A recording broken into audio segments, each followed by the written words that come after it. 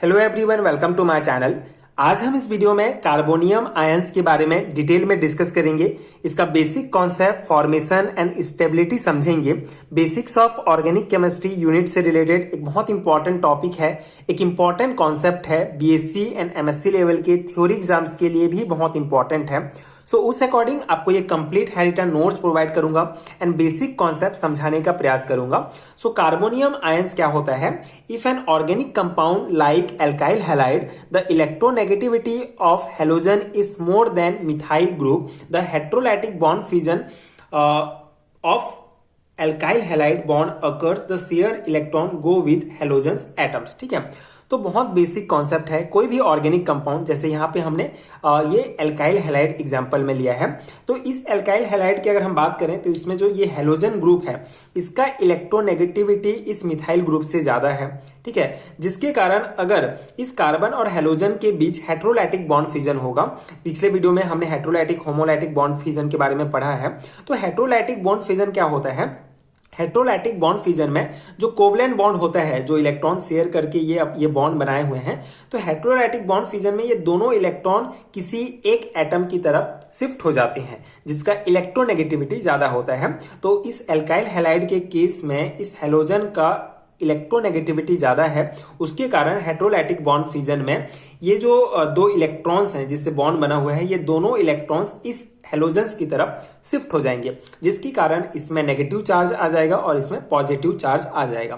तो जो इस कार्बन में ये पॉजिटिव चार्ज आ गया, तो इसको बोलते हैं कार्बोनियम आयन। ठीक है, तो कार्बोनियम आयन, आपको एक चीज याद रखना पड़ेगा, इसका मतलब होता है कार्बन में पॉजिटिव चार्ज। ठीक है, इसे कार्बोकैटायन भी कहा जाता है। तो ये बेसिक कॉन्सेप्ट है कार्बोनियम आयन का। कार्बोनियम आयन बेसिकली किसी भी ऑर्गेनिक कंपाउंड में कोई ऐसा एटम जिसका इलेक्ट्रोनेगेटिविटी ज्यादा होता है, तो अगर उसके बॉन्ड के बीच हेट्रोलाइटिक बॉन्ड फ्यूजन होगा तो इलेक्ट्रॉन्स मोर इलेक्ट्रोनेगेटिव एटम की तरफ चले जाते हैं, जिसके कारण यहाँ पे पॉजिटिव, एक में नेगेटिव और एक में पॉजिटिव चार्ज आ जाएगा। तो जो पॉजिटिव चार्ज होता है उसको कार्बोनियम आयन कहा जाता है। ठीक है, in this type of bond fusion the more electronegative atom, example यहाँ पे halogen, carries both shared electron resulting positive charge on carbon atom of alkyl part. In this carbonium ion carbon atom has only 6 electron in valence cells. Therefore, positively charged alkyl halide which has 6 electron in the outer cell of carbon atom is called carbonium ion. ठीक है, तो बहुत simple सा concept है। यहाँ पे देखिए, carbon के आउटर सेल में, ठीक है, यहाँ पे अगर हम यहाँ पे एग्जांपल ले लेते हैं मिथाइल क्लोराइड का। ठीक है, तो यहाँ पे मिथाइल क्लोराइड ये हेलोजन है। ठीक है, इस प्रकार से दोनों जुड़े हुए हैं कोवलेंट बॉन्ड के द्वारा।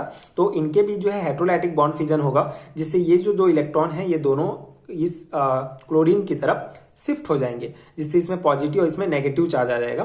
तो इसमें क्या कहा जा रहा है कि जो पॉजिटिवली चार्ज एल्काइल हैलाइड होगा, मिथाइल हैलाइड, उसके कार्बन ग्रुप में क्या होगा, सिर्फ इसके वैलेंस सेल में 6 इलेक्ट्रॉन ही प्रेजेंट होंगे। ठीक है, आउटर सेल में अगर 6 इलेक्ट्रॉन प्रेजेंट हैं, जिसके कारण इसमें पॉजिटिव चार्ज है, मतलब किसी भी एटम में जो वैलेंस सेल है उसमें 8 इलेक्ट्रॉन होगा तो स्टेबल होता है। लेकिन इस केस में क्या होता है, इसमें 6 इलेक्ट्रॉन प्रेजेंट होते हैं, क्योंकि ये 2 इलेक्ट्रॉन जो है सीधा इधर आ जाएंगे। तो ये जो 6 इलेक्ट्रॉन होते हैं, इसी के कारण इसमें पॉजिटिव चार्ज आ जाता है और इसको कार्बोनियम आयन कहा जाता है। ठीक है, तो ये एग्जांपल भी आप देख सकते हैं। ठीक है, एल्काइल हैलाइड जनरल है, मतलब हेलोजेंस में कुछ भी आ सकते हैं ना, आपका क्लोरीन, ब्रोमीन, आयोडीन, और ये जो है आपका मिथाइल क्लोराइड एक एग्जैक्ट एग्जांपल है। तो आप कोई भी एग्जांपल लिख सकते हैं। इलेक्ट्रॉनिक स्ट्रक्चर कैसे होता है कार्बोनियम आयन का, इस प्रकार देखिए 6 इलेक्ट्रॉन्स हैं और इसमें पॉजिटिव चार्ज है, ये हाइड्रोजन जुड़े हुए हैं, सिंपल सा। ठीक है, ये है कार्बोनियम आयन का इलेक्ट्रॉनिक स्ट्रक्चर। तो ये हो गया कार्बोनियम आयन का बेसिक कॉन्सेप्ट, मतलब कोई भी कार्बन एटम में अगर पॉजिटिव चार्ज है तो उसे कार्बोनियम आयन या कार्बोकैटायन कहा जाता है। ठीक है, अब फॉर्मेशन ऑफ कार्बोनियम आयन की अगर बात करें तो फॉर्मेशन किस प्रकार होता है कार्बोनियम आयन का, 3 मेन मेथड है जो हम यहाँ डिस्कस करेंगे। पहला है heterolytic fusion of alkyl halide in presence of Lewis acid. ठीक है, तो वही है जो हमने हेट्रोलाइटिक बॉन्ड फ्यूजन अभी एग्जांपल्स में देखा, वही है लेविस एसिड के प्रेजेंस में ये हेट्रोलाइटिक बॉन्ड फ्यूजन होता है, जिससे हमको ये कार्बोकैटायन प्राप्त होता है। ठीक है, ये पहला पॉइंट है। सेकेंड है प्रोटोनेशन ऑफ ओलिफिन। ठीक है, तो प्रोटोनेशन मतलब क्या होता है कि the addition of a proton to an atom. ठीक है, कोई भी एटम या मॉलिक्यूल में अगर कोई भी प्रोटोन का, जैसे H+ का एडिशन होता है तो उसे उस प्रोसेस को प्रोटोनेशन कहा जाता है। तो यहाँ ओलिफिन के प्रोटोनेशन अगर हम देखें तो ये ओलिफिन का स्ट्रक्चर है, इसका प्रोटोनेशन होगा मतलब H+ आयन इसमें जुड़ेगा तो इसका जो है कार्बोकेटायन हमको प्राप्त हो जाएगा। ठीक है, ये डबल बॉन्ड टूट जाएगा और यहाँ पे पॉजिटिव यहाँ पे नेगेटिव चार्ज आ जाएगा और इस प्रकार से ओलिफिन के प्रोटोनेशन से हमको ये पॉजिटिव चार्ज प्राप्त होगा, मतलब कार्बोकेटायन हमको प्राप्त हो जाएगा। ठीक है, नेक्स्ट मैटर है हमारा डिकम्पोजिशन ऑफ डाईएजो कंपाउंड। तो ये डाईएजो कंपाउंड का डिकम्पोजिशन होगा। डिकम्पोजिशन मतलब a reaction in which a compound break down into 2 और मोर सिंपल सब्सटेंस। ठीक है, ऐसा कोई कंपाउंड जो मतलब ऐसा रिएक्शन जिसमें कंपाउंड 2 या 3 उसके रिजोनेंस स्ट्रक्चर आपको प्राप्त होंगे, ऐसा समझ सकते हैं आप। कहीं जो है सिंपल सब्सटेंस में टूट जाते हैं तो वही डाईएजो कंपाउंड जो है ये डाईएजो आयन में चेंज हो जाएगा डिकम्पोजिशन के बाद, तो ये हमको जो है प्राप्त होगा carbocation.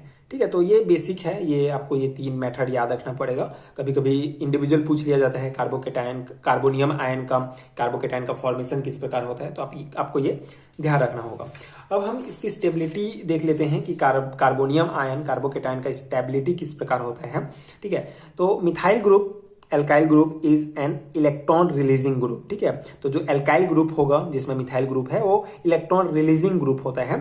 So according to physical concept stability of a charge system increase with distribution of charge, thus all those factor which help in charge distribution provide stability to carbocation। ठीक है, तो मिथाइल ग्रुप ये methyl group हमने discuss कर लिया। ये वाला point वही है कि जो एल्काइल ग्रुप होते हैं ये इलेक्ट्रॉन रिलीजिंग ग्रुप होते हैं।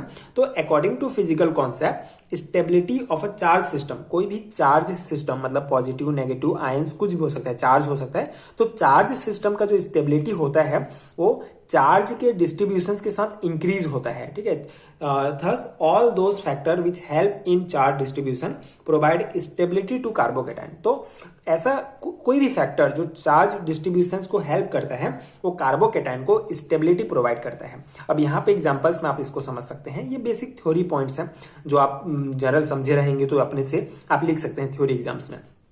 From the physical and chemical properties of carbocation, it is clear that more the alkyl group attached to positively charged carbon atom, more is its stability। ठीक है, बहुत simple सा है। फिजिकल एंड केमिकल प्रॉपर्टीज अगर हम देखें carbocation के तो इससे क्लियर होता है कि जितने ज्यादा एल्काइल ग्रुप कार्बन से अटैच होंगे वो उतना ज्यादा स्टेबल होगा। जैसे यहाँ एग्जांपल में देखिए ये मिथाइल कार्बोनियम है, इसमें कोई भी एल्काइल ग्रुप जुड़ा नहीं है। ठीक है, मिथाइल कार्बोनियम आयन है तो ये इन सभी से लेस स्टेबल है, सबसे कम स्टेबल है। ठीक है, एंड यहाँ पे आप देख सकते हैं यहाँ पे एक जो है एल्काइल ग्रुप जुड़ा हुआ है, मतलब मिथाइल ग्रुप जुड़ा हुआ है इथाइल कार्बोनियम, एंड उसके बाद इसमें जो है 2 जुड़े हुए हैं, 2 मिथाइल ग्रुप जुड़े हुए हैं, इसमें 3 मिथाइल ग्रुप जुड़े हुए हैं। तो more the alkyl group attach the two positively charge carbon atom more is it stability. ठीक है, तो जितने कार्बन पॉजिटिव चार्ज कार्बोकेटायन से जितने ज्यादा एल्काइल ग्रुप जुड़े रहेंगे वो उतना ज्यादा स्टेबल होगा। तो यहाँ से क्लियर है कि ये जो हमारा टर्सरी ब्यूटाइल कार्बोनियम आयन है ये सबसे ज्यादा स्टेबल है। उसके बाद आइसोप्रोपाइल कार्बोनियम आयन, उसके बाद इथाइल कार्बोनियम, उसके बाद methyl carbonium. So in this carbonium ion least stable is methyl carbonium because it has no methyl or alkyl group attached with positive charge carbon atom। ठीक है, तो ये सबसे least stable है क्योंकि इस पॉजिटिव चार्ज कार्बन से कोई भी मिथाइल या एथाइल ग्रुप जुड़ा नहीं है। And with positively charge carbon atom while tertiary carbonium ion is most stable because उसमें 3 एल्काइल ग्रुप मतलब मिथाइल जुड़ा हुआ है। तो ये देख सकते हैं इसका स्टेबिलिटी का क्रम, पहले सबसे ज्यादा स्टेबल है टर्सरी, फिर सेकेंडरी, फिर प्राइमरी, फिर उसके बाद आपका methyl carbonium ion. So when electron attracting group like NO2, CHO, etc. are attached to positively charged carbon, stability of carbonium ion is reduce. अब यहाँ पे देखिए जो एल्काइल ग्रुप है वो इलेक्ट्रॉन रिलीजिंग ग्रुप है, इलेक्ट्रॉन डोनेटिंग ग्रुप है। तो जितने ज्यादा alkyl group electron releasing group carbon जो पॉजिटिव चार्ज में है उससे जुड़ा रहेगा वो उतना ज्यादा स्टेबल रहेगा। लेकिन उसके ऑपोजिट कॉन्सेप्ट है कि जो इलेक्ट्रॉन अट्रैक्टिंग ग्रुप है जैसे कि NO2 हो गया, CHO, ये सब जो होंगे इलेक्ट्रॉन अट्रैक्टिंग ग्रुप, ये सब अगर कार्बन से जुड़े हैं तो ये जो स्टेबिलिटी है कार्बोकेटायन का उसको रिड्यूस कर देते हैं। दोनों अपोजिट कॉन्सेप्ट है। ठीक है, आई होप आपको समझ में आ रहा होगा। Carbocation becomes stable by resonance. For example allyl carbocation is more stable than propyl carbocation. ठीक है, तो ये रिजोनेंस स्ट्रक्चर से भी इसकी स्टेबिलिटी के बारे में पता लगाया जा सकता है। ठीक है, जो carbocation becomes stable by resonance, resonance से ये जो है स्टेबल होते हैं। ठीक है, तो यहाँ पे एग्जांपल में वही कि एलाइल जो कार्बोकेटाइन है वो प्रोपाइल कार्बोकेटाइन से ज्यादा स्टेबल होता है। In propyl carbocation CH3 CH2 CH2 resonance is not possible, क्योंकि प्रोपाइल जो कार्बोकेटाइन में रिजोनेंस पॉसिबल नहीं है और अल्काइल कार्बोकेटाइन में रिजोनेंस पॉसिबल है, इसीलिए ये ज्यादा स्टेबल है। ठीक है, तो ये है पूरा डिटेल नोट्स। आई होप आपको समझ में आ गया होगा कार्बोनियम आयन क्या है, बेसिक कॉन्सेप्ट क्या है। यही है मेन। अगर आप MSc के स्टूडेंट्स हैं, BST के स्टूडेंट्स हैं, तो आप इसको यूज कर सकते हैं, इस नोट्स को डायरेक्टली अपने थ्योरी एग्जाम्स में। MSc लेवल के स्टूडेंट्स भी इसको पढ़ सकते हैं, समझ सकते हैं, लिख सकते हैं अपने एग्जाम्स में। ये पर्टिकुलर टॉपिक आपको अगर आप BSc के स्टूडेंट्स हैं तो BSc first year organic chemistry में मिलेगा, basics of organic chemistry unit में। अगर आपको basics of organic chemistry unit का रिटन नोट चाहिए जिसमें ये सभी टॉपिक्स डिटेल में कवर होंगे, हर एक टॉपिक को डिटेल में एक्सप्लेन किया गया है नोट्स में, साथ ही साथ आपको नीचे प्लेलिस्ट का लिंक मिलेगा, वहां आपको वीडियोस भी प्रोवाइड हो जाएंगे। तो अगर आपको नोट्स चाहिए तो नीचे आपको description box and pin comment में लिंक मिलेगा, वहां से आप डायरेक्ट चेक कर सकते हैं। इसके अलावा स्क्रीन पर दिख रहे व्हाट्सअप नंबर पर आप मुझे व्हाट्सअप में कॉन्टैक्ट भी कर सकते हैं, वहां भी आपको नोट्स प्रोवाइड हो जाएगा, जो डेफिनेटली आपके एग्जाम प्रिपरेशन के लिए बहुत हेल्पफुल होगा। So if you find helpful so please check out that PDF store. एंड अगर वीडियो हेल्पफुल है तो आगे के वीडियोज देखने के लिए प्लीज चैनल के साथ जुड़े रहिए। Thank you so much for watching.